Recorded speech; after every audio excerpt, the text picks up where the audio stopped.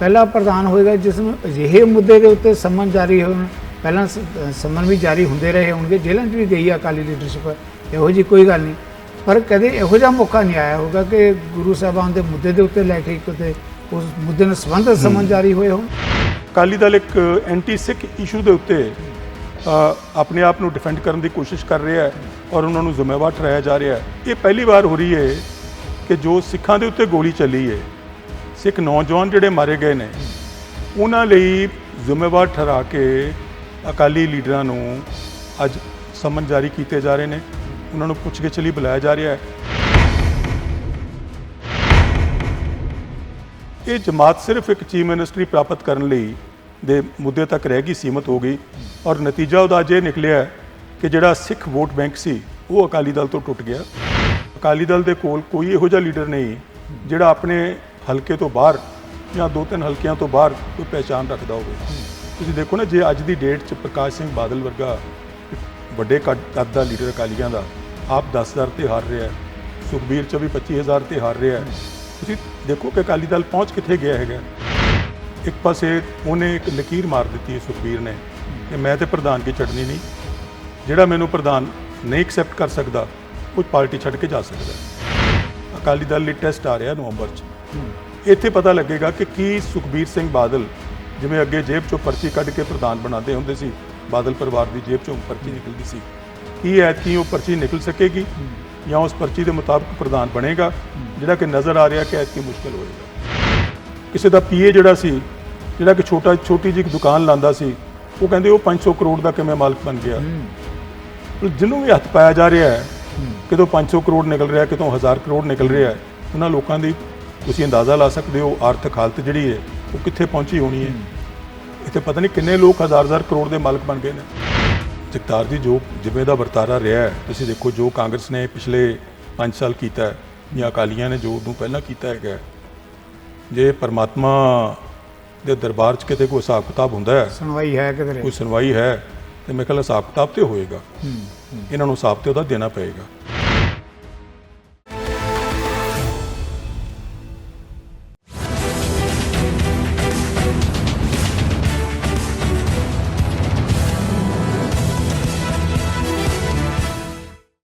ਅਮਨ ਸਾਹਮਣੇ ਪ੍ਰੋਗਰਾਮ ਜਗਤਾਰ ਸਿੰਘ ਸਿੱਧੂ ਵੱਲੋਂ ਦਰਸ਼ਕਾਂ ਨੂੰ ਸਤਿ ਸ਼੍ਰੀ ਅਕਾਲ। ਅੱਜ ਅਸੀਂ ਨਾਲ ਹਾਂ ਸੀਨੀਅਰ ਜਰਨਲਿਸਟ ਹਰਕਮਲਜੀਤ ਸਿੰਘ, ਪੰਜਾਬ ਦੇ ਜਾਣੇ ਪਹਿਚਾਣੇ ਪੱਤਰਕਾਰ, ਪੰਜਾਬ ਦੇ ਵੱਡੇ ਮੀਡੀਆ ਗਰੁੱਪ ਦੇ ਸੀਨੀਅਰ ਜਰਨਲਿਸਟ, ਪੰਜਾਬ ਦੇ ਦਹਾਕਿਆਂ ਤੋਂ ਮੈਂ ਕਹਾਂ ਜਿਹੜੇ ਵੀ ਰਾਜਨੀਤੀ ਦੇ ਅੰਦਰ, ਧਾਰਮਿਕ ਖੇਤਰ ਦੇ ਅੰਦਰ, ਸਮਾਜਿਕ ਖੇਤਰ 'ਚ ਜੋ ਵੀ ਲਹਿਰਾਂ, ਜੋ ਵੀ ਤਬਦੀਲੀਆਂ ਆਈਆਂ, ਹਰਕਮਲ ਜੀ ਨੇ ਬੜਾ ਨਜ਼ਦੀਕ ਤੋਂ ਦੇਖਿਆ ਅਤੇ ਵਾਚਿਆ, ਔਰ ਬਹੁਤ ਸਾਰੇ ਜਿਹੜੇ ਤੱਥ ਹੈ, ਰਿਪੋਰਟਾਂ ਇਹਨਾਂ ਦੀਆਂ ਸਹੀ ਸਾਬਤ ਹੋਈਆਂ। ਸਮਾਂ ਕੱਢ ਕੇ ਸਾਡੇ ਨਾਲ ਆਏ ਹੈ। ਅਸੀਂ ਇਹਨਾਂ ਨਾਲ ਪੰਜਾਬ ਦੇ 2-3 ਵੱਡੇ ਮੁੱਦਿਆਂ 'ਤੇ ਅਕਾਲੀ ਦਲ ਕਿਸ ਕਦਰ ਕਿਹੋ ਜਿਹੀਆਂ ਪ੍ਰਸਥਿਤੀਆਂ 'ਚੋਂ ਗੁਜ਼ਰ ਰਿਹਾ ਅਤੇ ਇਸ ਵੇਲੇ ਪੰਜਾਬ ਅੰਦਰ ਇੱਕ ਅਜਿਹਾ ਮਕਾਮ ਹੈ, ਭ੍ਰਿਸ਼ਟਾਚਾਰ ਨੂੰ ਲੈ ਕੇ ਇੱਕ ਵੱਡੀ ਲੜਾਈ ਲੜੀ ਜਾ ਰਹੀ ਹੈ, ਕਿਹੜੀ ਧਿਰ ਬਚੇਗੀ ਜਾਂ ਕਿਹੜੀ ਅੱਗੇ ਆਏਗੀ, ਇਹਨਾਂ ਬਹੁਤ ਸਾਰੇ ਮੁੱਦਿਆਂ 'ਤੇ ਅਸੀਂ ਲਵਾਂਗੇ ਸਵਾਲ। ਹਰਕਮਲ ਜੀ, ਸਾਡੇ ਚੈਨਲ ਦੇ ਪੈਨਲ 'ਤੇ ਆਉਣ ਲਈ ਤੁਸੀਂ ਆਏ ਹੋ, ਬਹੁਤ ਬਹੁਤ ਧੰਨਵਾਦ ਜੀ, ਐਂਡ ਵੈਲਕਮ ਤੁਹਾਡਾ। ਥੈਂਕ ਯੂ ਜੀ। ਹਰਕਮਲ ਜੀ, ਜਿਸ ਮੁੱਦੇ 'ਤੇ ਆਪਾਂ ਗੱਲ ਕਰ ਰਹੇ ਹਾਂ, ਮੈਂ ਸਿੱਧਾ ਜਿਹਾ ਸਵਾਲ ਅਕਾਲੀ ਦਲ ਦੇ ਪ੍ਰਧਾਨ ਸੁਖਬੀਰ ਬਾਦਲ, ਜੋ ਮੌਜੂਦਾ ਪ੍ਰਸਥਿਤੀਆਂ ਬਣੀਆਂ, ਮੈਂ ਲੰਬੀ ਗੱਲ ਨਹੀਂ ਕਰਨਾ ਚਾਹਾਂਗਾ, ਕੀ ਲੱਗਦਾ ਹੈ ਕਿ ਅਕਾਲੀ ਦਲ ਦੇ ਪ੍ਰਧਾਨ ਸੁਖਬੀਰ ਸਿੰਘ ਬਾਦਲ ਦੀ ਪ੍ਰਧਾਨਗੀ ਬਚੀ ਰਹੇਗੀ ਮੌਜੂਦਾ ਪ੍ਰਸਥਿਤੀਆਂ? ਜੇ ਬਚੀ ਰਹੇਗੀ ਤਾਂ ਪੰਜਾਬ ਦੇ ਲੋਕ ਪ੍ਰਵਾਨ ਕਰ ਸਕਦੇ ਆ? ਜਗਤਾਰ ਜੀ, ਇਸ ਟਾਈਮ ਦੇ ਉੱਤੇ ਇਹਦੇ 'ਚ ਕੋਈ ਸ਼ੱਕ ਨਹੀਂ ਕਿ ਸੁਖਬੀਰ ਸਿੰਘ ਬਾਦਲ ਦੀ ਪ੍ਰਧਾਨਗੀ ਵੀ ਜਿਹੜੀ ਹੈ ਵੱਡੇ ਖਤਰੇ 'ਚ, ਲੇਕਿਨ ਮੈਨੂੰ ਤੇ ਜੋ ਲੱਗ ਰਿਹਾ ਹੈ ਕਿ ਅਕਾਲੀ ਦਲ ਦਾ ਜਿਹੜਾ ਆਪਣਾ ਭਵਿੱਖ ਹੈਗਾ ਉਹ ਵੀ ਵੱਡੇ ਖਤਰੇ 'ਚ ਹੈ। ਕੋਈ ਖਤਰੇ 'ਚ ਹੈ? ਹਾਂ ਜੀ। ਉਹਦਾ ਕਾਰਨ ਇਹ ਹੈਗਾ ਕਿ ਜਿਸ ਥਾਂ ਤੇ ਅਕਾਲੀ ਦਲ ਪਹੁੰਚ ਗਿਆ ਹੈ, ਉਹਦੇ 'ਚੋਂ ਅਕਾਲੀ ਦਲ ਨੂੰ ਦੁਬਾਰਾ ਰਿਵਾਈਵ ਕਰਨ ਲਈ, ਕੱਢਣ ਲਈ ਬਹੁਤ ਵੱਡੀ ਐਫਰਟ ਦੀ ਲੋੜ ਹੋਏਗੀ। ਰੀਜ਼ਨ ਬੀਇੰਗ, ਜਿਹੜੀ ਆ ਲਾਸਟ ਬਾਈ ਇਲੈਕਸ਼ਨ ਸੰਗਰੂਰ ਦੀ ਹੋਈ ਹੈ, ਤੁਸੀਂ ਦੇਖੋ ਇੱਕ ਕੱਟੜ ਇਲਾਕਾ ਜਿਹੜਾ ਅਕਾਲੀਆਂ ਦਾ ਗਿਣਿਆ ਜਾਂਦਾ ਸੰਗਰੂਰ ਡਿਸਟ੍ਰਿਕਟ, ਉੱਥੋਂ ਜੇ ਪਰ ਅਸੈਂਬਲੀ ਜੇ ਤੁਹਾਨੂੰ ਐਵਰੇਜ 5-5 ਹਜ਼ਾਰ ਵੋਟ ਪੈ ਰਹੀ ਹੈ, ਅਕਾਲੀਆਂ ਦੀ ਜਿੰਨੀ ਵੋਟ ਹੈਗੀ ਹੈ ਪਾਰਲੀਮੈਂਟ ਦੀ, ਤੁਸੀਂ ਦੇਖੋ ਕਿ ਉਹ ਹਲਕੇ ਵਾਈਜ਼ ਜੇ ਤੁਸੀਂ ਉਹਨੂੰ ਦੇਖੋ 5-5 ਹਜ਼ਾਰ ਵੋਟ ਆ ਰਹੀ ਹੈ। ਮੇਰੇ ਖਿਆਲ ਦੇ ਵਿੱਚ ਜੇ 2-2 ਲੱਖ ਦੇ ਹਲਕਿਆਂ 'ਚੋਂ, 2.5 ਲੱਖ ਦੇ ਹਲਕਿਆਂ 'ਚੋਂ ਤੁਹਾਨੂੰ 5-5 ਹਜ਼ਾਰ ਵੋਟ ਪੈ ਰਹੀ ਹੈ ਔਰ ਉਹ ਵੀ ਲੋਕੀ ਕਹਿੰਦੇ ਸ਼ਾਇਦ ਹੋ ਸਕਦਾ ਕਿ ਉਹ ਇੱਕ ਜਿਹੜਾ ਉਮੀਦਵਾਰ ਇਹਨਾਂ ਨੇ ਰੱਖਿਆ ਹੈਗਾ ਸੀ ਉਹਦੇ ਨਾਂ ਤੇ ਪੈ ਗਈ ਹੋਵੇ, ਕੋਈ ਰਾਜੋਆਣੇ ਦੇ ਲਈ ਕਿਸੇ ਨੇ ਲਿਹਾਜ਼ ਕਰ ਦਿੱਤਾ ਹੋਵੇ ਜੋ ਕੋਈ ਸਿਸਟਰ ਲੜ ਰਹੀ ਸੀ। ਅਕਾਲੀ ਦਲ ਕਿਸ ਥਾਂ ਤੇ ਖੜਾ ਹੋਇਆ ਹੈ ਕਿ ਇਹੋ ਜਿਹੇ ਇੱਕ ਹਲਕੇ ਚੋਂ ਅਕਾਲੀ ਦਲ ਸਾਰੇ ਹਲਕਿਆਂ ਚੋਂ ਆਪਣੀਆਂ ਜ਼ਮਾਨਤਾਂ ਜ਼ਬਤ ਕਰਾ ਰਿਹਾ ਹੈ ਔਰ ਭਾਜਪਾ ਵਰਗੀ ਜਿਹੜੀ ਪਾਰਟੀ ਜਿਹਦਾ ਕਿ ਉੱਥੇ ਕੋਈ ਆਧਾਰ ਨਹੀਂ ਸੀ ਹੈਗਾ, ਅਕਾਲੀ ਦਲ ਉਦੋਂ ਵੀ ਥੱਲੇ ਚਲਾ ਗਿਆ ਜੀ। ਸੋ ਮੈਨੂੰ ਜੋ ਨਜ਼ਰ ਆ ਰਿਹਾ ਹੈ ਕਿ ਇਸ ਵੇਲੇ ਸੁਖਬੀਰ ਸਿੰਘ ਬਾਦਲ ਲਈ ਇੱਕ ਕ੍ਰਾਈਸਿਸ ਤੇ ਹੈ ਹੀ ਹੈ ਕਿ ਉਹਨਾਂ ਦੀ ਪਾਰਟੀ ਇੱਕ ਬਹੁਤ ਥੱਲੇ ਚਲੀ ਗਈ ਹੈ, ਜਿਹਦੇ ਬਾਰੇ ਲੋਕਾਂ ਨੂੰ ਹੁਣ ਇਹ ਨਜ਼ਰ ਨਹੀਂ ਆ ਰਿਹਾ ਕਿ ਇਹ ਮੇਨ ਦੌੜ ਦੇ ਵਿੱਚ ਹੈਗੇ ਨੇ। ਸੋ ਮੈਨੂੰ ਲੱਗਦਾ ਹੈ ਕਿ ਇਹਦੇ ਚੋਂ ਨਿਕਲਣ ਲਈ ਹੁਣ ਜੋ ਪਾਰਟੀ ਨੇ ਜੋ ਫੈਸਲੇ ਕੀਤੇ ਨੇ, ਕਮੇਟੀ ਬਣਾਈ ਗਈ ਸੀ ਹਾਰ ਤੋਂ ਬਾਅਦ, ਉਹਨਾਂ ਨੇ ਰਿਕਮੈਂਡੇਸ਼ਨਸ ਦਿੱਤੀਆਂ, ਉਹਨਾਂ ਨੇ ਇਹ ਵੀ ਕਿਹਾ ਕਿ ਲੀਡਰਸ਼ਿਪ 'ਚ ਤਬਦੀਲੀ ਲੈ ਕੇ ਆਓ। ਮੇਰੇ ਖਿਆਲ ਦੇ ਵਿੱਚ ਇੱਕ ਜਿਹੜੀ ਮੇਜਰ ਪ੍ਰੋਬਲਮ ਆ ਰਹੀ ਹੈ ਬਾਦਲ ਪਰਿਵਾਰ ਲਈ ਕਿ ਉਹਨਾਂ ਲਈ ਜਿਹੜਾ ਬਰਗਾੜੀ ਕੇਸ ਹੈਗਾ, ਬਰਗਾੜੀ ਬਹਿਬਲ ਕਲਾਂ ਬੇਅਦਬੀਆਂ ਦੇ ਜਿਹੜੇ ਕੇਸ ਨੇ, ਇੱਕ ਉਹ ਔਰ ਦੂਜਾ ਜਿਹੜੀ ਗੋਲੀ ਚਲਾਈ ਗਈ ਕੋਟਕਪੂਰਾ ਬਹਿਬਲ ਕਲਾਂ 'ਚ, ਉਹ ਸਿੱਖਾਂ ਨੂੰ ਹਜ਼ਮ ਨਹੀਂ ਹੋ ਰਹੀ, ਪੰਜਾਬ ਦੇ ਵੋਟਰ ਨੂੰ ਹਜ਼ਮ ਨਹੀਂ ਹੋ ਰਹੀ। ਔਰ ਜਿਹੜਾ ਇਹਨਾਂ ਦੀ ਦੋਸਤੀ ਸੀ ਡੇਰੇ ਦੇ ਨਾਲ, ਹੁਣ ਡੇਰਾ ਨੰਗਾ ਹੋ ਗਿਆ ਕਿ ਉਹਨਾਂ ਨੇ ਬੇਅਦਬੀਆਂ ਕੀਤੀਆਂ, ਉਹ ਮੇਰੇ ਖਿਆਲ ਲੋਕੀ ਇਹਨਾਂ ਤੋਂ ਜਵਾਬ ਮੰਗਣਗੇ, ਭਾਵੇਂ ਡਾਇਰੈਕਟ ਕੋਈ ਬਾਦਲ ਪਰਿਵਾਰ ਤੇ ਜਾਂ ਅਕਾਲੀਆਂ ਤੇ ਉਹ ਦੋਸ਼ ਨਹੀਂ ਹੈਗਾ ਕਿ ਉਹ ਜ਼ਿੰਮੇਵਾਰ ਨੇ, ਪਰ ਉਹਨਾਂ ਦੀ ਦੋਸਤੀ ਜਿਹੜੀ ਹੈ ਉਹ ਬਹੁਤ ਮਹਿੰਗੀ ਪੈ ਰਹੀ ਹੈ। ਲਿੰਕ ਤਾਂ ਬਣਦਾ ਹੀ ਬਣ ਰਿਹਾ। ਕਮਲ ਜੀ, ਜਿੱਦਾਂ ਮੈਂ ਕਿਹਾ ਕਿ ਤੁਹਾਡਾ ਬੜਾ ਲੰਬਾ ਤਜਰਬਾ ਪੰਜਾਬ ਦੀ ਪੋਲਿਟਿਕਸ ਨੂੰ ਕਵਰ ਕਰਨ ਦਾ, ਅਕਾਲੀ ਦਲ ਦੀ ਪੋਲਿਟਿਕਸ ਹੀ ਪੰਜਾਬ ਦੀ ਵੱਡੀ ਪੋਲਿਟਿਕਸ ਹੁਣ ਤੱਕ ਮੰਨੀ ਜਾਂਦੀ ਰਹੀ ਹੈ। ਜੇ ਪਿਛਲੇ ਆਪਾਂ ਦਹਾਕਿਆਂ ਦੀ ਗੱਲ ਕਰੀਏ, ਕੀ ਲੱਗਦਾ ਹੈ ਕਿ ਸੁਖਬੀਰ ਬਾਦਲ ਪਹਿਲੇ ਜਿਹੇ ਪ੍ਰਧਾਨ ਹੈ, ਧਾਰਮਿਕ ਮੁੱਦਿਆਂ ਨੂੰ ਲੈ ਕੇ, ਗੁਰੂ ਗ੍ਰੰਥ ਸਾਹਿਬ ਦੀ ਬੇਅਦਬੀ ਦੇ ਮੁੱਦੇ ਨੂੰ ਲੈ ਕੇ ਜਿਹੜੀਆਂ ਮੰਦਭਾਗੀਆਂ ਘਟਨਾਵਾਂ ਵਾਪਰੀਆਂ, ਉਹਨਾਂ ਦੇ ਅੱਗੇ ਸਿੱਟਾ ਜਾ ਕੇ ਆਪਾਂ ਬਹਿਬਲ ਕਲਾਂ ਦੀ ਗੱਲ ਕਰ ਲਈਏ ਜਾਂ ਕੋਟਕਪੂਰਾ ਗੋਲੀ ਕਾਂਡ ਦੀ ਗੱਲ ਕਰ ਲਈਏ, ਪਹਿਲਾ ਪ੍ਰਧਾਨ ਹੋਏਗਾ ਜਿਸ ਨੂੰ ਅਜਿਹੇ ਮੁੱਦੇ ਦੇ ਉੱਤੇ ਸੰਮਨ ਜਾਰੀ ਹੋਣ, ਪਹਿਲਾਂ ਸੰਮਨ ਵੀ ਜਾਰੀ ਹੁੰਦੇ ਰਹੇ ਹੋਣਗੇ, ਜੇਲ੍ਹਾਂ 'ਚ ਵੀ ਗਈ ਆ ਅਕਾਲੀ ਲੀਡਰਸ਼ਿਪ, ਇਹੋ ਜਿਹੀ ਕੋਈ ਗੱਲ ਨਹੀਂ, ਪਰ ਕਦੇ ਇਹੋ ਜਿਹਾ ਮੌਕਾ ਨਹੀਂ ਆਇਆ ਹੋਗਾ ਕਿ ਗੁਰੂ ਸਾਹਿਬਾਨ ਦੇ ਮੁੱਦੇ ਦੇ ਉੱਤੇ ਲੈ ਕੇ ਕਿਤੇ ਉਸ ਮੁੱਦੇ ਨਾਲ ਸੰਬੰਧਿਤ ਸੰਮਨ ਜਾਰੀ ਹੋਏ ਹੋਣ। ਜਗਤਾਰ ਜੀ, ਤੁਹਾਡੀ ਗੱਲ ਬਿਲਕੁਲ ਠੀਕ ਹੈ। ਇਹ ਬਿਲਕੁਲ ਇੱਕ ਕਿਸਮ ਦਾ ਰਿਵਰਸ ਹੋ ਗਿਆ। ਅੱਜ ਤੱਕ ਤੇ ਅਕਾਲੀ ਲੀਡਰਸ਼ਿਪ ਜਿਹੜੀ ਹੈ ਸਿੱਖ ਹੱਕਾਂ ਲਈ ਅੰਦਰ ਜਾਂਦੀ ਰਹੀ ਹੈ, ਸਿੱਖ ਹੱਕਾਂ ਲਈ ਲੜਦੇ ਉਹ ਅੰਦਰ ਗਏ ਨੇ, ਜਾਂ ਉਹਨਾਂ ਨੂੰ ਸੰਮਨ ਗਏ ਨੇ ਜੀ, ਜਾਂ ਉਹਨਾਂ ਨੇ ਕੋਈ ਕੁਰਬਾਨੀਆਂ। ਇਹ ਪਹਿਲੀ ਵਾਰ ਹੋ ਰਹੀ ਹੈ ਕਿ ਜੋ ਸਿੱਖਾਂ ਦੇ ਉੱਤੇ ਗੋਲੀ ਚੱਲੀ ਹੈ, ਸਿੱਖ ਨੌਜਵਾਨ ਜਿਹੜੇ ਮਾਰੇ ਗਏ ਨੇ, ਉਹਨਾਂ ਲਈ ਜ਼ਿੰਮੇਵਾਰ ਠਹਿਰਾ ਕੇ ਅਕਾਲੀ ਲੀਡਰਾਂ ਨੂੰ ਅੱਜ ਸੰਮਨ ਜਾਰੀ ਕੀਤੇ ਜਾ ਰਹੇ ਨੇ, ਉਹਨਾਂ ਨੂੰ ਪੁੱਛਗਿੱਛ ਲਈ ਬੁਲਾਇਆ ਜਾ ਰਿਹਾ ਹੈ। ਮੇਰੇ ਖਿਆਲ 'ਚ ਇਹ ਆਪਣੇ ਆਪ 'ਚ ਇੱਕ ਬੜਾ ਵੱਡੀ ਗੱਲ ਹੈਗੀ ਹੈ। ਕਾਰਨ ਇਹ ਵੀ ਕਿ ਅਕਾਲੀ ਦਲ ਜਦੋਂ ਖੜਾ ਹੋਇਆ ਸੀ 1920 ਦੇ ਵਿੱਚ, ਉਹ ਇਹ ਕੋਈ ਚੀਫ ਮਿਨਿਸਟਰੀ ਲੈਣ ਲਈ ਜਾਂ ਕੋਈ ਤੁਸੀਂ ਇਲੈਕਸ਼ਨਾਂ ਲੜਨ ਲਈ ਜਾਂ ਕੋਈ ਸਿਆਸਤ 'ਚ ਹਿੱਸਾ ਲੈਣ ਲਈ ਇਹ ਜਮਾਤ ਖੜੀ ਨਹੀਂ ਸੀ ਹੋਈ।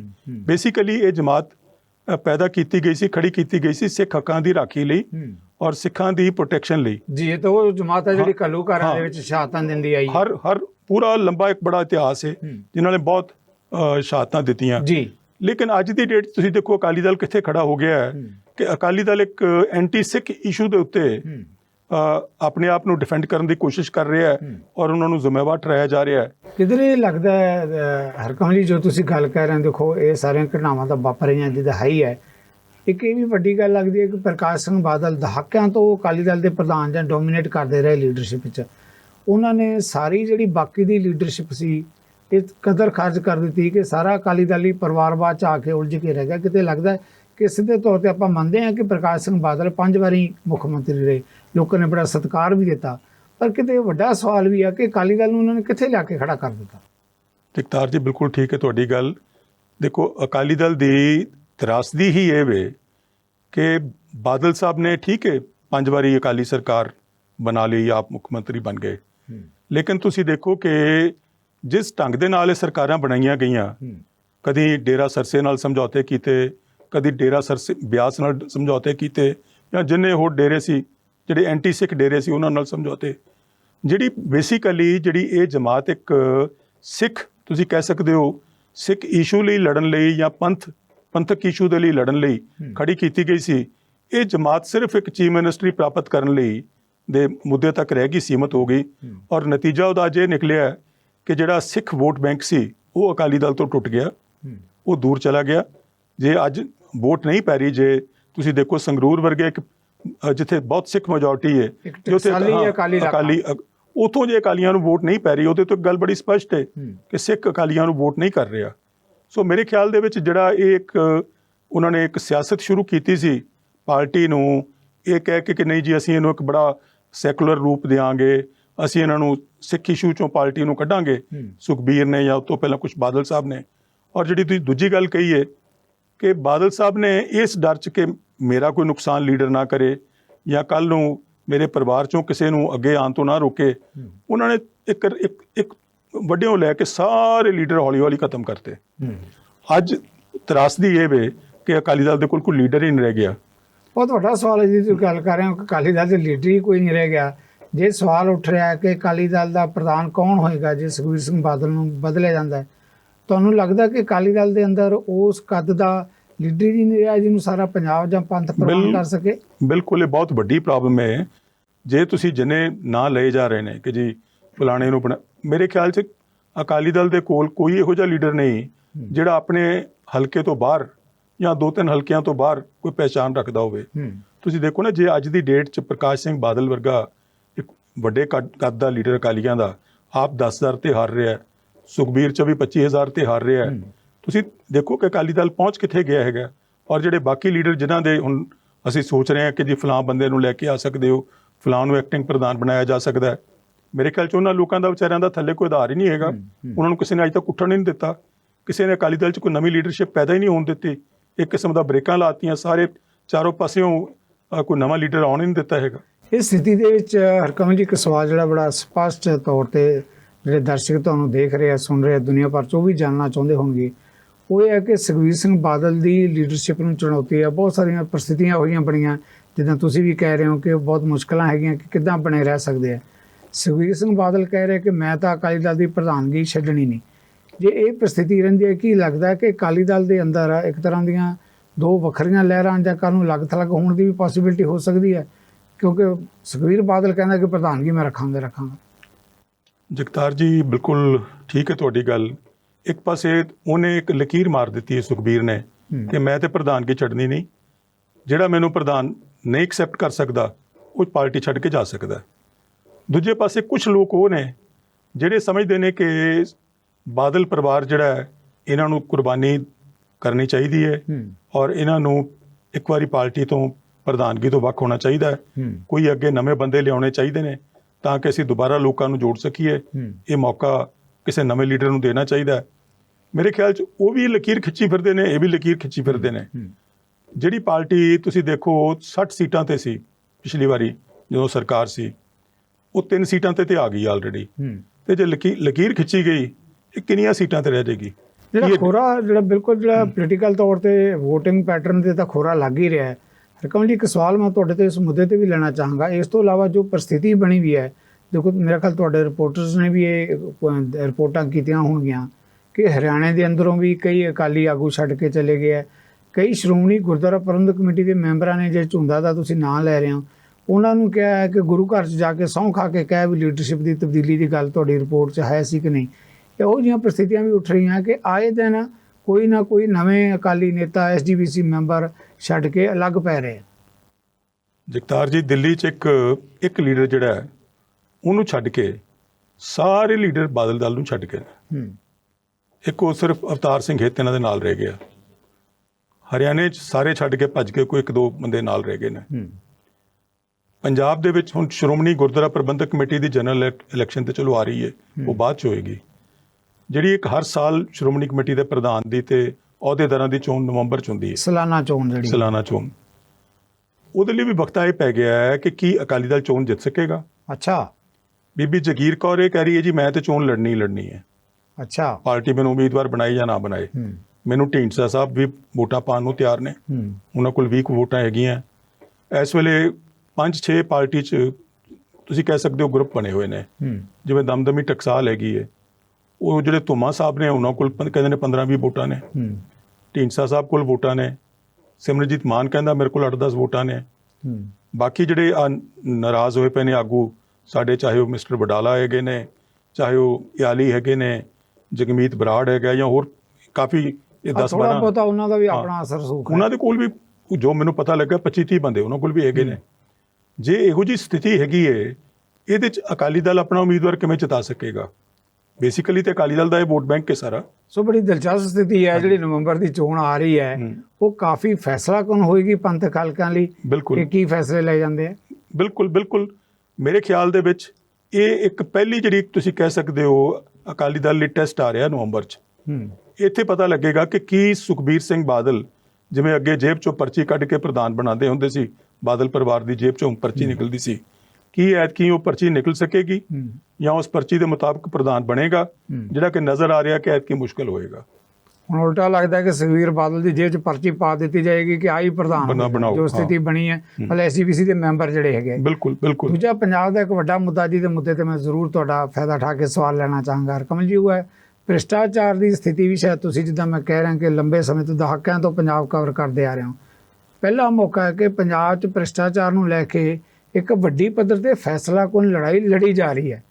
ਉਹਦੇ 'ਚ ਕੌਣ ਠੀਕ ਹੈ ਕੌਣ ਗਲਤ ਹੈ ਬਾਅਦ ਦੀਆਂ ਗੱਲਾਂ, ਪਰ ਮੇਰਾ ਖਿਆਲ ਹੈ ਕਿ ਅੱਜ ਤੱਕ ਕਦੇ ਇਸ ਲੈਵਲ ਤੇ ਲੜਾਈ ਜਿਹੜੀ ਕਿ ਭ੍ਰਿਸ਼ਟਾਚਾਰ ਦੀ ਲੜੀ ਨਹੀਂ ਗਈ।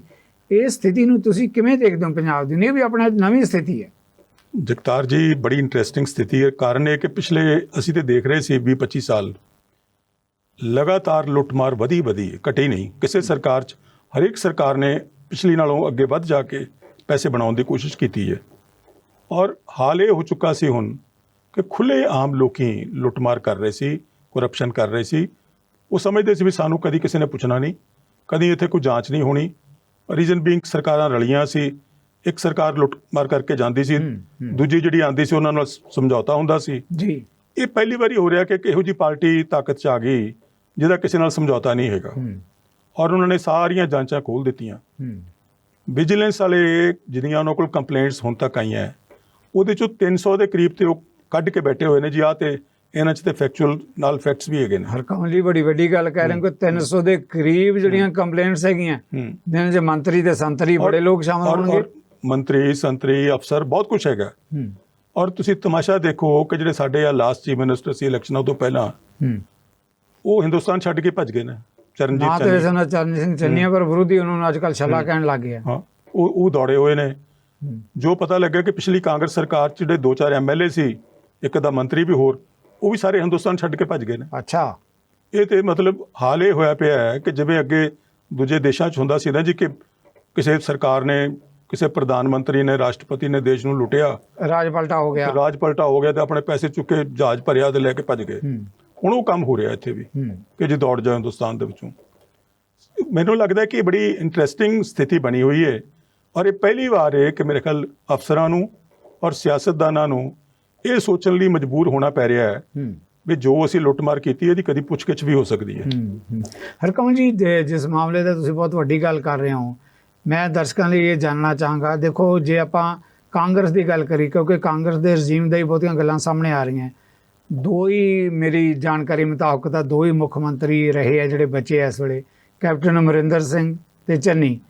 ਦੋਨਾਂ ਦੇ ਉੱਤੇ ਹੀ ਵੱਡੇ ਐਲੀਗੇਸ਼ਨ ਹੈ। ਬਾਕੀ ਤਾਂ ਸ਼ਾਇਦ ਵਿਚਾਰੇ ਰੱਬ ਨੂੰ ਪਿਆਰੇ ਹੋ ਗਏ। ਮੇਰਾ ਖਿਆਲ ਕੋਈ ਐਸਾ ਮੁੱਖ ਮੰਤਰੀ ਨਹੀਂ ਹੈ ਜਿਹੜੇ ਜਿਉਂਦੇ ਜਿਹੜੇ ਸਾਬਕਾ ਮੁੱਖ ਮੰਤਰੀ ਬਣ ਗਿਆ। ਇਹੋ ਜਿਹੀ ਸਥਿਤੀ ਹੈ ਕਿ ਦੋਨਾਂ 'ਚੋਂ ਕੋਈ ਵੀ ਨਹੀਂ ਬਚਦਾ ਨਜ਼ਰ ਆਉਂਦਾ। ਜਗਤਾਰ ਜੀ, ਬਹੁਤ ਸੀਰੀਅਸ ਐਲੀਗੇਸ਼ਨ ਦੇ ਵਿੱਚ ਫਸੇ ਹੋਏ ਨੇ। ਤੁਸੀਂ ਦੇਖੋ ਕਿ ਕੈਪਟਨ ਅਮਰਿੰਦਰ ਸਿੰਘ, ਬੇਸ਼ੱਕ ਉਹਨਾਂ ਨੂੰ ਸ਼ਾਇਦ ਅਹਿਸਾਸ ਨਹੀਂ ਹੋ ਰਿਹਾ ਅੱਜ ਦੀ ਡੇਟ 'ਚ ਕਿ ਮੈਂ ਕਿੰਨਾ ਕੁ ਸੀਰੀਅਸ ਐਲੀਗੇਸ਼ਨਸ 'ਚ ਫਸ ਰਿਹਾ। ਮੁਖਤਿਆਰ ਅੰਸਾਰੀ ਦੇ ਜੋ ਐਲੀਗੇਸ਼ਨ ਨੇ ਉਹ ਇੰਨੇ ਸੀਰੀਅਸ ਨੇ, ਜੇ ਕਿਤੇ ਉਹਨਾਂ ਨੂੰ ਠੀਕ ਢੰਗ ਦੇ ਨਾਲ ਮੌਜੂਦਾ ਸਰਕਾਰ ਨੇ ਇਨਵੈਸਟੀਗੇਟ ਕਰਕੇ ਕੇਸ ਬਣਾਤਾ। ਇੱਕ ਤੁਸੀਂ ਗੈਂਗਸਟਰ ਕ੍ਰਿਮੀਨਲ ਨੂੰ ਬਿਨਾਂ ਕਿਸੇ ਕੇਸ ਦੇ ਝੂਠੇ ਕੇਸ 'ਚ ਬਣਾ ਕੇ ਪੰਜਾਬ 2 ਸਾਲ 2.5 ਸਾਲ ਰੱਖ ਰਹੇ ਹੋ, ਔਰ ਤੁਸੀਂ ਉਹਨੂੰ ਇੰਝ ਰੱਖ ਰਹੇ ਹੋ ਕਿ ਜਿਵੇਂ ਉਹ VVIP ਹੁੰਦਾ। ਪੰਜਾਬ ਦੇ ਹੁਣ ਜੋ ਮੈਨੂੰ ਪਤਾ ਲੱਗਾ, ਜਿਹੜੇ ਮੰਤਰੀ ਨੇ ਇਨਵੈਸਟੀਗੇਸ਼ਨ ਕੀਤੀ ਹੈ, ਉਹਨੇ 10 IPS ਅਫਸਰਾਂ ਦੀ ਇੱਕ ਲਿਸਟ ਭੇਜ ਦਿੱਤੀ ਹੈ ਨਾਲ ਕਿ ਇਹ 10 ਅਫਸਰ ਜਿਹੜੇ ਨੇ ਉਹਦੀ ਸੇਵਾ ਕਰਦੇ ਸਨ। ਕੋਈ ਇਹਨੂੰ ਰੋਟੀ ਲਿਆ ਕੇ ਦਿੰਦਾ ਸੀ, ਕੋਈ ਬੀਬੀ ਨੂੰ ਮਿਲਾਉਣ ਲੈ ਕੇ ਆਉਂਦਾ ਸੀ, ਕੋਈ ਕੁਛ ਕਰਦਾ ਸੀ। ਤੁਸੀਂ ਇਹਦੇ ਤੋਂ ਅੰਦਾਜ਼ਾ ਲਾਓ ਕਿ ਕਿਸ ਹੱਦ ਤੱਕ ਮਿਲੀ ਭੁਗਤ ਸੀ ਗੈਂਗਸਟਰਸ ਦੇ ਨਾਲ ਪੁਲਿਸ ਦੀ। ਹੁਣ ਪ੍ਰੈਜ਼ੈਂਟ ਗਵਰਨਮੈਂਟ ਕਿਸ ਹੱਦ ਤੱਕ ਜਾ ਸਕੇਗੀ ਕਿ ਉਹ ਸਾਰਿਆਂ ਨੂੰ ਹੱਥ ਪਾ ਸਕਦੇ ਨੇ? ਕਿਉਂਕਿ ਇਸ ਵੇਲੇ ਤਾਂ ਹਰ ਬੰਦਾ ਹੀ ਹਮਾਮ 'ਚ ਨੰਗਾ ਹੋ ਗਿਆ ਨਾ ਜੀ। ਹੁਣ ਗਵਰਨਮੈਂਟ ਕਿਹਨੂੰ ਹੱਥ ਪਾ ਲੇਗੀ, ਮੈਨੂੰ ਇਹ ਵੀ ਸਮਝ ਨਹੀਂ ਪੈ ਰਹੀ। ਸਾਰੀ ਬਿਊਰੋਕ੍ਰੇਸੀ ਇਸ ਵੇਲੇ ਫਸੀ ਹੋਈ ਹੈ, ਸਾਰੇ ਪੁਰਾਣੇ ਸਿਆਸਤਦਾਨ ਫਸੇ ਹੋਏ ਨੇ। ਹੁਣ ਪਤਾ ਨਹੀਂ ਗਵਰਨਮੈਂਟ ਉਹਨਾਂ 'ਚੋਂ ਕਿੰਨੇ ਕੁ ਬੰਦਿਆਂ ਨੂੰ ਹੱਥ ਪਾ ਕੇ ਉਹਨਾਂ ਨੂੰ ਸਬਕ ਦੇ ਸਕੇਗੀ। ਲੇਕਿਨ ਅਸੀਂ ਇਹ ਕਹਿ ਸਕਨੇ ਆ ਕਿ ਇੱਕ ਵਾਰੀ ਐਕਸਪੋਜ਼ ਬਹੁਤ ਕੁਝ ਹੋ ਗਿਆ। ਓਕੇ, ਬਹੁਤ ਵੱਡੀ ਲੜਾਈ ਹੈ ਜਿਹਦੀ ਤੁਸੀਂ ਗੱਲ ਕਰ ਰਹੇ ਹੋ। ਦੇਖੋ ਕਮਲ ਜੀ, ਆਪਾਂ ਉਸ ਸਟੇਟ 'ਚ ਬੈਠੇ ਹਾਂ ਜਿੱਥੋਂ ਦੇ ਲੋਕ ਤਾਂ ਭੁੱਖਮਰੀ ਕਰਕੇ, ਗੁਰਬਤ ਕਰਕੇ ਖੁਦਕਸ਼ੀਆਂ ਕਰ ਰਹੇ ਹੈ। ਜਿਹੜੇ ਸਾਡੇ ਬੱਚੇ ਆ ਉਹ ਵਿਦੇਸ਼ਾਂ ਨੂੰ ਜਾ ਰਹੇ ਆ ਰੁਜ਼ਗਾਰ ਦੀ। ਪਰ ਇਹ ਲੋਕ ਜਿਹੜੇ ਦਹਾਕਿਆਂ ਤੋਂ ਸੁਪਨੇ ਦਿਖਾਉਂਦੇ ਰਹੇ ਇਹਨਾਂ ਲੋਕਾਂ ਨੂੰ ਕਿ ਪੰਜਾਬ ਜਿਹੜਾ ਕੈਲੀਫੋਰਨੀਆ ਬਣੇਗਾ, ਕੋਈ ਕਹਿੰਦਾ ਸੀ ਪੰਜਾਬ ਨੂੰ ਇੱਦਾਂ ਬਣਾ ਦਿਆਂਗੇ, ਸਵਰਗ ਵਰਗਾ ਬਣਾ ਦਿਆਂਗੇ। ਪਰ ਹੁਣ ਜੋ ਸਾਹਮਣੇ ਆ ਰਿਹਾ ਕਿ ਜਿੱਦਾਂ ਦੀ ਲੁੱਟਮਾਰ ਹੋ ਰਹੀ ਹੈ, ਇਹ ਤਾਂ ਫਿਰ ਕਿਤੇ ਲੱਗਦਾ ਕਿ ਜਿੱਦਾਂ ਦੇ ਰਾਜੇ ਮਹਾਰਾਜੇ ਹੋਏ ਆ, ਮੁਗਲ ਸਲਤਨਤਾਂ ਹੋਈਆਂ, ਉਹ ਤੋਂ ਵੀ ਵੱਡੇ ਅੱਗੇ ਗਾਂਹ ਨਿਕਲ ਗਏ ਆ ਲੁੱਟ ਖਸੁੱਟ ਦੇ ਮਾਮਲੇ 'ਚ। ਬਿਲਕੁਲ, ਇਹਦੇ 'ਚ ਕੋਈ ਸ਼ੱਕ ਨਹੀਂ। ਤੁਸੀਂ ਦੇਖੋ ਖੁੱਲ੍ਹੇਆਮ ਲੁੱਟ ਹੋਈ ਹੈ, ਲੋਕਾਂ ਨੇ ਬਿਲਕੁਲ ਪਰਵਾਹ ਨਹੀਂ ਕੀਤੀ। ਔਰ ਜਿਸ ਢੰਗ ਦੇ ਨਾਲ ਪੈਸੇ ਬਣਾਏ, ਹੁਣ ਤੁਸੀਂ ਦੇਖੋ ਨਾ, ਉਹ ਪੁੱਛ ਰਹੇ ਨੇ ਕਿ ਫਲਾਂ ਮੰਤਰੀ ਦੋਧੀ ਸੀ, ਉਹ 10 ਸਾਲ ਦੇ ਵਿੱਚ 2000 ਕਰੋੜ ਦਾ ਮਾਲਕ ਕਿੱਦਾਂ ਬਣ ਗਿਆ। ਕਿਸੇ ਦਾ ਪੀਏ ਜਿਹੜਾ ਸੀ, ਜਿਹੜਾ ਕਿ ਛੋਟੀ ਜਿਹੀ ਦੁਕਾਨ ਲਾਂਦਾ ਸੀ, ਉਹ ਕਹਿੰਦੇ ਉਹ 500 ਕਰੋੜ ਦਾ ਕਿਵੇਂ ਮਾਲਕ ਬਣ ਗਿਆ। ਜਿਹਨੂੰ ਵੀ ਹੱਥ ਪਾਇਆ ਜਾ ਰਿਹਾ ਹੈ, ਕਿਤੋਂ 500 ਕਰੋੜ ਨਿਕਲ ਰਿਹਾ, ਕਿਤੋਂ 1000 ਕਰੋੜ ਨਿਕਲ ਰਿਹਾ ਹੈ। ਤੁਸੀਂ ਇਹ ਦੇਖੋ ਕਿ ਸੂਬੇ ਦੇ ਨੈਚੁਰਲ ਜਿਹੜੇ ਰਿਸੋਰਸਿਸ ਸੀ, ਰੇਤ, ਬਜਰੀ, ਦੂਜੇ ਤੀਜੇ, ਉਹ ਜਿੰਨੀ ਵੱਡੀ ਲੁੱਟ ਉਹਨਾਂ ਦੀ ਹੋਈ ਹੈ, ਸਾਲ ਦਾ 8-8, 10-10 ਹਜ਼ਾਰ ਕਰੋੜ ਦਾ ਤੁਸੀਂ ਰੇਤ ਬਜਰੀ ਜਿਹੜਾ 2 ਨੰਬਰ 'ਚ ਵੇਚ ਰਹੇ ਹੋ, ਉਹ ਆਫਟਰ ਆਲ ਕੁਛ ਲੋਕਾਂ ਦੀਆਂ ਜੇਬਾਂ 'ਚ ਪਿਛਲੇ 15-20 ਸਾਲ ਗਿਆ ਹੈਗਾ। ਉਹਨਾਂ ਲੋਕਾਂ ਦੀ ਤੁਸੀਂ ਅੰਦਾਜ਼ਾ ਲਾ ਸਕਦੇ ਹੋ ਆਰਥਿਕ ਹਾਲਤ ਜਿਹੜੀ ਹੈ ਉਹ ਕਿੱਥੇ ਪਹੁੰਚੀ ਹੋਣੀ ਹੈ। ਇੱਥੇ ਪਤਾ ਨਹੀਂ ਕਿੰਨੇ ਲੋਕ ਹਜ਼ਾਰ ਕਰੋੜ ਦੇ ਮਾਲਕ ਬਣ ਗਏ ਨੇ। ਜਿੱਦਾਂ ਦੀ ਸਥਿਤੀ ਹੈ, ਹਜ਼ਾਰਾਂ ਕਰੋੜਾਂ ਰੁਪਇਆਂ ਦੀ ਲੁੱਟ ਦੀ ਤੁਸੀਂ ਕਮਲ ਜੀ ਗੱਲ ਕਰ ਰਹੇ ਹੋ। ਦੂਜੇ ਪਾਸੇ ਕਾਂਗਰਸ ਦੇ ਜਿਹੜੇ ਨੇਤਾ ਹੈਗੇ ਉਹ ਪ੍ਰੋਟੈਸਟ ਕਰ ਰਹੇ ਜੀ, ਸਾਡੇ ਨਾਲ ਪੋਲੀਟੀਕਲ ਬਦਲੇਖੋਰੀ ਦੀ ਭਾਵਨਾ ਨਾਲ ਕਾਰਵਾਈ ਕੀਤੀ ਜਾ ਰਹੀ ਹੈ। ਇਹ ਲੱਗਦਾ ਹੈ ਰਾਜਸੀ ਬਦਲਾਖੋਰੀ ਹੈ ਜਾਂ ਉਹਨਾਂ ਨੂੰ ਆਪਣਾ ਡਰ ਸਤਾ ਰਿਹਾ ਕਿ ਕੱਲ ਨੂੰ ਸਾਡਾ ਨੰਬਰ ਵੀ ਆ ਸਕਦਾ ਹੈ? ਮੇਰੇ ਖਿਆਲ ਇਹ ਸਿਆਸੀ ਬੇਸ਼ਰਮੀ ਹੈ ਜੀ, ਜੋ ਮੈਨੂੰ ਨਜ਼ਰ ਆਉਂਦਾ ਹੈ। ਐਬਸੋਲੂਟਲੀ, ਇੱਕ ਪਾਸੇ ਤੇ ਤੁਸੀਂ ਲੁੱਟ ਕਰ ਰਹੇ ਹੋ, ਨੰਗੇ ਚਿੱਟੇ ਤੁਸੀਂ ਲੁੱਟ ਕੀਤੀ ਹੈ, ਤੁਹਾਡੇ ਸਾਹਮਣੇ ਆ ਰਿਹਾ ਸਾਰਾ ਕੁਝ। ਕੋਈ ਸਬੂਤ ਦੇ ਰਹੇ ਨੇ, ਵਿਜੀਲੈਂਸ ਸਬੂਤ ਦੇ ਰਹੀ ਹੈ ਕਿ ਤੁਸੀਂ ਸਕੂਟਰਾਂ ਦੇ ਨੰਬਰਾਂ ਦੇ ਉੱਤੇ ਕਣਕ ਢੋ ਰਹੇ ਹੋ, ਸਰਕਾਰ ਦੀ ਹਜ਼ਾਰਾਂ ਬੋਰੀਆਂ, ਲੱਖਾਂ ਬੋਰੀਆਂ। ਔਰ ਜੇ ਉਹਦੇ ਤੇ ਕਾਰਵਾਈ ਹੁੰਦੀ ਹੈ, ਫਿਰ ਤੁਸੀਂ ਕਹਿੰਦੇ ਹੋ ਸਿਆਸੀ ਬਦਲਾਖੋਰੀ ਹੈ। ਮੈਨੂੰ ਦੱਸੋ ਕਿ ਕੀ ਸਿਆਸੀ ਲੋਕ ਇਹ ਚਾਹੁੰਦੇ ਨੇ ਵੀ ਉਹ ਜਿੰਨੀ ਮਰਜ਼ੀ ਲੁੱਟ ਕਰਨ ਤੇ ਉਹਨਾਂ ਨੂੰ ਕੋਈ ਹੱਥ ਨਾ ਪਏ? ਆਫਟਰ ਆਲ ਕਿਤੇ ਅਕਾਊਂਟੇਬਿਲਿਟੀ ਤਾਂ ਕੋਈ ਹੋਣੀ ਚਾਹੀਦੀ ਹੈ। ਇਹ ਕਿਵੇਂ ਕਿ ਤੁਸੀਂ ਲੁੱਟ ਨੂੰ ਜਾਰੀ ਰੱਖੋ ਔਰ ਤੁਸੀਂ ਉਹ ਕਹੋ ਕਿ ਜੀ ਨਹੀਂ ਜੀ ਤੁਹਾਨੂੰ ਖੁੱਲੀ ਛੁੱਟੀ ਹੈ, ਤੁਹਾਨੂੰ ਲਾਇਸੈਂਸ ਮਿਲਿਆ ਲੁੱਟ ਕਰਨ ਦਾ। ਸਰ, ਜਿਹੋ ਜਿਹੀਆਂ ਪ੍ਰਸਥਿਤੀਆਂ ਤੁਸੀਂ ਜ਼ਿਕਰ ਕਰ ਰਹੇ ਹੋ ਕਮਲ ਜੀ, ਆਉਣ ਵਾਲੇ ਦਿਨਾਂ ਤਾਂ ਫਿਰ ਲੱਗਦਾ ਹੈ ਇੱਕ ਪਾਸੇ ਬੇਅਦਬੀ ਦਾ ਮੁੱਦਾ ਹੈ ਜਿਹਦੇ 'ਚ ਅਕਾਲੀ ਦਲ ਦੇ ਪ੍ਰਧਾਨ ਨੂੰ ਸਮਨ ਜਾਰੀ ਹੋ ਗਿਆ ਹੈ, ਦੂਜੇ ਪਾਸੇ ਭ੍ਰਿਸ਼ਟਾਚਾਰ ਦੇ ਮੁੱਦਿਆਂ ਦੇ ਉੱਤੇ। ਇਹੋ ਜਿਹੀ ਸਥਿਤੀ 'ਚ ਲੱਗਦਾ ਕਿ ਵਿਰੋਧੀ ਧਿਰਾਂ ਤਾਂ ਜਿਹੜੀਆਂ ਥੋੜ੍ਹਾ ਬਹੁਤਾ ਦਮ ਵੀ ਭਰਦਿਆਂ ਸੀ, ਆਉਣ ਵਾਲੇ ਸਮੇਂ 'ਚ ਇਸ ਤੋਂ ਵੀ ਹੇਠਾਂ ਜ਼ੀਰੋ ਤੇ ਚਲੀਆਂ ਜਾਣਗੀਆਂ। ਜਗਤਾਰ ਜੀ, ਜੋ ਜਿਵੇਂ ਦਾ ਵਰਤਾਰਾ ਰਿਹਾ ਹੈ, ਤੁਸੀਂ ਦੇਖੋ ਜੋ ਕਾਂਗਰਸ ਨੇ ਪਿਛਲੇ 5 ਸਾਲ ਕੀਤਾ ਹੈ ਜਾਂ ਅਕਾਲੀਆਂ ਨੇ ਜੋ ਉਦੋਂ ਪਹਿਲਾਂ ਕੀਤਾ ਹੈਗਾ, ਜੇ ਪਰਮਾਤਮਾ ਦੇ ਦਰਬਾਰ 'ਚ ਕਿਤੇ ਕੋਈ ਹਿਸਾਬ ਕਿਤਾਬ ਹੁੰਦਾ ਹੈ, ਸੁਣਵਾਈ ਹੈ, ਕਿਧਰੇ ਕੋਈ ਸੁਣਵਾਈ ਹੈ, ਤੇ ਮੇਰੇ ਖਿਆਲ ਹਿਸਾਬ ਕਿਤਾਬ ਤੇ ਹੋਏਗਾ। ਇਹਨਾਂ ਨੂੰ ਹਿਸਾਬ ਤੇ ਉਹਦਾ ਦੇਣਾ ਪਏਗਾ ਔਰ ਮੇਰੇ ਖਿਆਲ ਕਈ ਲੋਕਾਂ ਨੂੰ ਦੇਣਾ ਪੈ ਰਿਹਾ ਹੈ। ਫਿਰ ਤੇ ਭਗਵੰਤ ਮਾਨ, ਵੈਸੇ ਤਾਂ ਆਪਾਂ ਸਾਰੇ ਲੋਕ ਹੀ ਕਹਿੰਦੇ ਰੱਬ ਦੇ ਭੇਜੇ ਹੋਏ ਆ, ਭਗਵੰਤ ਮਾਨ ਵੀ ਮੈਨੂੰ ਲੱਗਦਾ ਫਿਰ ਰੱਬ ਦਾ ਹੀ ਭੇਜਿਆ ਹੋਇਆ, ਜਿਹੜਾ ਕਹਿੰਦਾ ਪੈਸੇ ਦਾ ਹਿਸਾਬ ਨਾਲ ਲਾਉਂਦਾ। ਭਗਵੰਤ ਮਾਨ ਤੇ ਸ਼ਾਇਦ ਰੱਬ ਦਾ ਭੇਜਿਆ ਹੋਵੇ, ਪਰ ਜਿਹੜੇ ਨਾਲ ਦਿੱਲੀ ਵਾਲੇ ਉਹਦੇ ਹੈਗੇ ਨੇ, ਉਹ ਜ਼ਰੂਰ ਰੱਬ ਦੇ ਭੇਜੇ ਹੋਏ ਆ। ਨਹੀਂ, ਉਹ ਪਤਾ ਨਹੀਂ ਕਿਹੜੇ ਰੱਬ ਨੇ ਭੇਜੇ ਨੇ। ਉਹ ਵੀ ਮੈਨੂੰ ਲੱਗਦਾ ਉਸੇ ਰੱਬ ਨੇ ਭੇਜੇ ਨੇ ਜਿਹਨੇ ਮਗਰਲੀਆਂ ਸਰਕਾਰਾਂ ਭੇਜੀਆਂ ਸੀ ਪੰਜਾਬ ਦੇ ਵਿੱਚ। ਉਹ ਵੀ ਉਹੋ ਜਿਹੇ ਕੰਮ ਹੀ ਕਰ ਰਹੇ ਨੇ ਵੈਸੇ। ਕੋਈ ਇਹ ਨਹੀਂ ਕਿ ਉਹਨਾਂ 'ਚ ਕੋਈ, ਤੁਸੀਂ ਦੇਖੋ ਜੋ ਜਿਵੇਂ ਦਿੱਲੀ ਵਾਲੇ ਪੰਜਾਬ 'ਚੋਂ ਆ ਕੇ ਪੈਸੇ ਖਿੱਚਣ ਦੀ ਕੋਸ਼ਿਸ਼ ਕਰ ਰਹੇ ਨੇ, ਜਿਵੇਂ ਦੀਆਂ ਰਿਪੋਰਟਸ ਆ ਰਹੀਆਂ। ਸੋ ਮੈਨੂੰ ਲੱਗਦਾ ਕਿ ਭਗਵੰਤ ਮਾਨ ਠੀਕ ਹੈ, ਅੱਜ ਦੀ ਡੇਟ ਤੱਕ ਅਜੇ ਤੱਕ ਕੋਈ ਸਾਫ਼ ਸੁਥਰਾ ਉਹਦਾ ਅਕਸ ਹੈਗਾ, ਉਹਦੇ ਤੇ ਕੋਈ ਗੱਲ ਨਹੀਂ ਆ ਰਹੀ। ਲੇਕਿਨ ਜਿਹੜੇ ਉਹਨੂੰ ਨਾਲ ਲੋਕ ਉਹਦੇ ਉੱਤੇ ਹਾਵੀ ਹੋਏ ਨੇ, ਜਿਹੜੇ ਉਹਨੂੰ ਉਹਦੀ ਸਰਕਾਰ ਨੂੰ ਚਲਾਉਣ ਦੀ ਕੋਸ਼ਿਸ਼ ਕਰ ਰਹੇ ਨੇ, ਔਰ ਮੇਰੇ ਖਿਆਲ 'ਚ ਜਿਹੜਾ ਵਰਤਾਰਾ ਉਹਨਾਂ ਦਾ ਵੀ ਕੋਈ ਬਹੁਤਾ ਚੰਗਾ ਨਹੀਂ ਹੈਗਾ ਔਰ ਲੋਕੀ ਉਹਨਾਂ ਨੂੰ ਪਸੰਦ ਨਹੀਂ ਕਰ ਰਹੇ। ਬਿਲਕੁਲ, ਇਹ ਤਾਂ ਸਥਿਤੀ ਸਾਹਮਣੇ ਆਏਗੀ। ਆਖਰੀ ਸਵਾਲ, ਜਿੱਦਾਂ ਦਾ ਤੁਸੀਂ ਕਹਿ ਰਹੇ ਹੋ ਕੇਜਰੀਵਾਲ ਉਸ ਵੱਲੋਂ ਲਗਾਤਾਰ ਕਿਹਾ ਜਾ ਰਿਹਾ ਕਿ ਭਾਜਪਾ ਵਾਲੇ ਸਾਡੇ ਨਾਲ ਸੌਦੇਬਾਜ਼ੀ ਕਰ ਰਹੇ ਆ, ਸਾਡੇ 20 ਵਿਧਾਇਕ ਖਰੀਦੇ ਜਾ ਰਹੇ ਆ, 30 ਵਿਧਾਇਕ ਖਰੀਦੀ ਜਾ ਰਹੇ ਆ। ਹੁਣ ਸਵਾਲ ਤਾਂ ਇਹ, ਪਾਰਟੀ ਇਹੋ ਜਿਹੀ ਹੈ, ਜੇ ਤੁਹਾਡਾ ਮੁੱਲ ਪੈ ਰਿਹਾ ਤਾਂ ਹੀ ਖਰੀਦੇ ਜਾ ਰਹੇ ਆ ਨਾ। ਜੇ ਪਾਰਟੀ ਇਦਾਂ ਦੀ ਜਿਹੜੀ ਲੜਨ ਮਰਨ ਵਾਲੀ ਹੋਏਗੀ ਤਾਂ ਕਿਉਂ ਖਰੀਦੇ ਜਾਣਗੇ? ਦੇਖੋ, ਭਾਜਪਾ ਦੇ ਖਿਆਈ ਸੁਦਾਗਰਾਂ ਦੀ ਪਾਰਟੀ ਹੈ, ਉਹਦੇ ਕਈ ਸਟੇਟਾਂ 'ਚ ਅੱਗੇ ਸੌਦੇ ਕਰ ਬੈਠੇ ਨੇ, ਇੱਥੇ ਵੀ ਕਰ ਸਕਦੇ ਨੇ, ਕੋਈ ਔਖੀ ਗੱਲ ਨਹੀਂ। ਲੇਕਿਨ ਮਸਲਾ ਤਾਂ ਇਹ ਹੈਗਾ ਕਿ ਜਿਹੜੇ ਤੁਸੀਂ ਬੰਦੇ ਚੁਣ ਕੇ ਲਿਆਂਦੇ ਨੇ, ਜੇ ਤੇ ਤੁਸੀਂ ਉਹਨਾਂ ਨੂੰ ਕਿਸੇ ਏਜੰਡੇ ਤੇ ਲੈ ਕੇ ਆਂਦਾ ਹੋਇਆ, ਕਿਸੇ ਨੀਤੀ ਨਾਲ ਆਏ ਨੇ, ਤੇ ਮੇਰੇ ਕੋਲ ਕੋਈ ਨਹੀਂ ਖਰੀਦਿਆ ਜਾਏਗਾ। ਤੇ ਜੇ ਉਹ ਵੀ ਪੈਸੇ ਲੱਭਦੇ ਫਿਰਦੇ ਨੇ, ਜੇ ਉਹਨਾਂ ਦੀ ਝਾਕ ਵੀ ਪੈਸਿਆਂ ਵਾਲੇ ਪਾਸੇ ਹੀ ਹੈ, ਤੇ ਫਿਰ ਉਹ ਨੈਚੁਰਲੀ ਫਿਰਦੇ ਜਾ ਸਕਦੇ ਨੇ। ਔਰ ਤੁਸੀਂ ਇਹ ਦੇਖੋ ਕਿ ਅਸੀਂ ਜੋ ਮਰਜ਼ੀ ਕਹੀਏ ਕਿ ਬੀਜੇਪੀ ਗਵਰਨਮੈਂਟ ਨੇ ਜੀ ਇਹਨਾਂ ਤੇ ਕੇਸ ਬਣਾਤੇ, ਪਰ ਜੇ ਕੁਝ ਹੋਏਗਾ ਕੇਸ ਤਾਂ ਹੀ ਬਣ ਰਿਹਾ ਨੇ ਜੀ। ਕੇਸ ਬੀਜੇਪੀ ਗਵਰਨਮੈਂਟ ਨੇ ਤੇ ਬਣਾਤੇ, ਲੇਕਿਨ ਕੱਲ ਨੂੰ ਅਦਾਲਤੀ ਸਕਰੂਟਨੀ 'ਚ ਜਾਣੇ ਨੇ। ਜੇ ਕੱਲ ਨੂੰ ਅਦਾਲਤ 'ਚ ਜਾ ਕੇ ਉਹ ਸਟੈਂਡ ਕਰਨਗੇ ਨਹੀਂ ਕਰਨਗੇ, ਪਰ ਮੇਰੇ ਖਿਆਲ 'ਚ ਜਿਵੇਂ ਜੋ ਵੀ ਹੁਣ ਪੰਜਾਬ 'ਚ ਇਹਨਾਂ ਨੇ ਆ ਕੇ ਦਿੱਲੀ ਦੀ ਪਾਲਿਸੀ ਲਾਗੂ ਕਰਤੀ, ਉਹ ਕਹਿਤਾ ਜੀ ਜਿਹੜੇ L1 ਦੇ ਲਾਇਸੈਂਸ ਸੀ ਉਹਨਾਂ ਦਾ ਪ੍ਰੋਫਿਟ ਡਬਲ ਕਰ ਦਿੱਤਾ। ਇਹਦੇ 'ਚ ਕੋਈ ਕਾਲਾ ਮਾਲਾ ਤੇ ਹੈ, ਕੀ ਹੈਗਾ ਐਗਜ਼ੈਕਟ ਪਤਾ ਨਹੀਂ ਕਿੰਨਾ ਕੁ ਹੈਗਾ, ਪਰ ਮੇਰੇ ਖਿਆਲ ਦੇ ਵਿੱਚ ਲੋਕੀ ਇਸ ਸਰਕਾਰ ਤੋਂ ਐਕਸਪੈਕਟ ਕਰਦੇ ਨੇ ਕਿ ਇਹ ਇਮਾਨਦਾਰੀ ਲੈ ਕੇ ਆਉਣ, ਇਹ ਸਾਫ਼ ਸੁਥਰਾ ਪ੍ਰਸ਼ਾਸਨ ਦੇਣ ਜਿਵੇਂ ਦੇ। ਲੇਕਿਨ ਇਹਨਾਂ ਦੇ ਖਿਲਾਫ ਰੌਲੇ ਪਈ ਜਾਂਦੇ ਨੇ, ਪਿੱਛੇ ਰਾਜ ਸਭਾ ਦੇ ਮੈਂਬਰ ਗਏ ਤਾਂ ਰੌਲੇ ਪੈਂਦੇ ਰਹੇ। ਸੋ ਮੇਰੇ ਖਿਆਲ 'ਚ ਇਹ ਦੇਖਣਾ ਪਏਗਾ ਜੇ ਕੁਛ ਟਾਈਮ ਵੀ ਭਗਵੰਤ ਮਾਨ ਇਹਨਾਂ ਸਾਰੀਆਂ ਗੱਲਾਂ ਨੂੰ ਕੰਟਰੋਲ ਕਰ ਸਕੇਗਾ ਕਿ ਨਹੀਂ। ਬਿਲਕੁਲ ਸਹੀ, ਬਹੁਤ ਬਹੁਤ ਧੰਨਵਾਦ ਹਰਕਮਲ ਜੀ। ਫਿਰ ਤਾਂ ਇਸ ਮੁਲਕ ਦੇ ਲੋਕਾਂ ਨੇ ਇੱਕ ਠੀਕ ਹੀ ਅਖਾਣ ਘੜਿਆ ਕਿ ਇਸ ਮੁਲਕ ਦਾ ਰੱਬ ਹੀ ਰਾਖਾ ਜਿਹੋ ਜਿਹੀਆਂ ਸਥਿਤੀਆਂ 'ਚ। ਬਹੁਤ ਬਹੁਤ ਮਿਹਰਬਾਨੀ, ਤੁਸੀਂ ਸਾਨੂੰ ਇਹਨਾਂ ਸਮਾਂ ਦਿੱਤਾ, ਵਕਤ ਦਿੱਤਾ। ਇਹ ਸਨ ਹਰਕਮਲਜੀਤ ਸਿੰਘ, ਸੀਨੀਅਰ ਜਰਨਲਿਸਟ, ਜਿਨ੍ਹਾਂ ਨੇ ਪੰਜਾਬ ਦੀਆਂ ਕਿਹੋ ਜਿਹੀਆਂ ਸਥਿਤੀਆਂ, ਖਾਸ ਤੌਰ 'ਤੇ ਅਕਾਲੀ ਦਲ ਦੀ ਗੱਲ ਕਰ ਲਓ, ਵਿਰੋਧੀ ਧਿਰਾਂ ਦੀ ਗੱਲ ਕਰ ਲਓ, ਕਿਸ ਕਦਰ ਹਾਸ਼ੀਏ 'ਤੇ ਚਲੀਆਂ ਗਈਆਂ ਅਤੇ ਕਿਉਂ ਚਲੀਆਂ ਗਈਆਂ, ਬਹੁਤ ਸਾਰੇ ਜਿਹੜੇ ਸਵਾਲ ਆ ਉਹਨਾਂ ਸਵਾਲਾਂ ਦਿੱਤੇ ਜਵਾਬ। ਤੁਹਾਡੇ ਸਾਰਿਆਂ ਵੱਲੋਂ ਧੰਨਵਾਦ। ਇੰਝ ਹੀ ਆਪਾਂ ਅਗਲੇ ਹਫ਼ਤੇ ਕਿਸੇ ਹੋਰ ਅਹਿਮ ਹਸਤੀ ਨਾਲ ਕਰਾਂਗੇ ਮੁਲਾਕਾਤ। ਤਦ ਤੱਕ ਲਈ ਦਿਓ ਇਜਾਜ਼ਤ। ਸਤਿ ਸ਼੍ਰੀ ਅਕਾਲ।